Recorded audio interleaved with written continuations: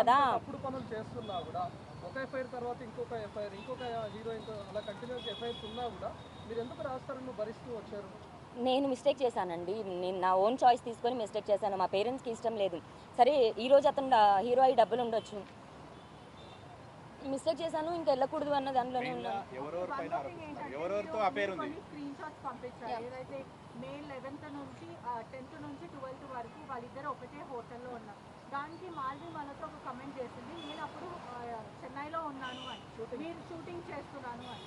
మరి Chennai park screen shots మీరు మీడియాలో రిలీజ్ చేశారు. దానికి మీకు ఇంకేమైనా ఆధారాలు ఉన్నాయా మీ దగ్గర? అలా ఒక్క రోజువి కాదండి, 1 year నుంచి ఉన్నాయి నా దగ్గర.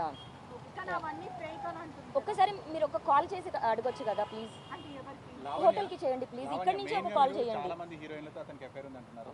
ఎవరెవరితో మీరు చూసారు? ఎవరెవరు అది ఏం చెప్పారు? నాకు కన్ఫర్మేషన్ ఉండి చెప్పిన పేర్లు అండి. కానీ మరి మళ్ళీ ఇప్పుడు ఇందులో వాళ్ళ పేర్లు చెప్పానని మళ్ళీ వాళ్ళు ఇంకో కేసు వేస్తారో మరి ఏమో నాకు తెలియదు. యా మీకు తెలిసిన మీరు చెప్పండి, ఎస్ ఆర్ నో నేను చెప్తాను. లావణ్య గారు, మాల్వి మల్హోత్రా మీరు ఎట్లయితే వార్నింగ్ ఇచ్చారో అదే విధంగా గతంలో ఎవరికైనా ఇల్లీగల్ ఎఫైర్ ఉన్న సమయంలో వాళ్ళకి మీరు ఇలాగే కాల్ చేసి వార్నింగ్ ఇచ్చారా? అంటే చాలా మందికి నేను ఉన్నానని తెలియదు కదండి. ఇప్పుడు నేను ఉన్నానని తెలిస్తే అంటే సాటి ఆడదైతే తెలిసైతే రాకూడదు కదా. ఒకవేళ నేను లేనని తెలిసి వస్తారేమో అన్న దగ్గర, లేదా ఇంటెన్స్ అవుతుంది అన్న దగ్గర నేను ఖచ్చితంగా చేసి చెప్పేదాన్నండి. మీరు ఎవరెవరి పేర్లు చెప్పదలుచుకున్నారు చెప్పండి. లవర్ ఇది అని చెప్పానండి. అండ్ ఆ అమ్మాయికి నేను చెప్పాను వద్దు అని. She stop. ఒక 6 months 1 year మాట్లాడుకున్నట్టున్నారు. And then she stop. దాని తర్వాత ఇద్దరు లోకం ఒకటే సినిమా అమ్మాయితో. అండ్ సినిమా పేర్లు వదిలేండి, పేర్లు అదే పేర్లు గుర్తురావట్లేదు నాకు. మీరు వార్నింగ్ ఇచ్చిన తర్వాత వాళ్ళందరూ స్టాప్ అయ్యారు. And she is the only one నాకు రిటర్న్ ఛాలెంజ్ చేసి జైలుకి పంపిస్తాను అని అనింది, దూరం చేస్తాను అనింది. ఆ 2 జరిగాయి, చంపుతాను అని కూడా అనింది. నాకు 3వది అదే. నాకు భయం వేసి వస్తున్నానండి, నాకు నిజంగా హెల్ప్ లేదు. అసలు రాజ్ క్యారెక్టర్ కేవలం తనతో నటించే సినిమాల్లో ఉండే హీరోయిన్స్తో మాత్రమే ఎఫ్ఐఆర్ కంటిన్యూ చేస్తాడు. అండ్ ఇప్పుడు మొన్న మే 11th మరి లేరు అని చెప్పారు. Last month Raj Tarun and Malvi Chennai hotel green park.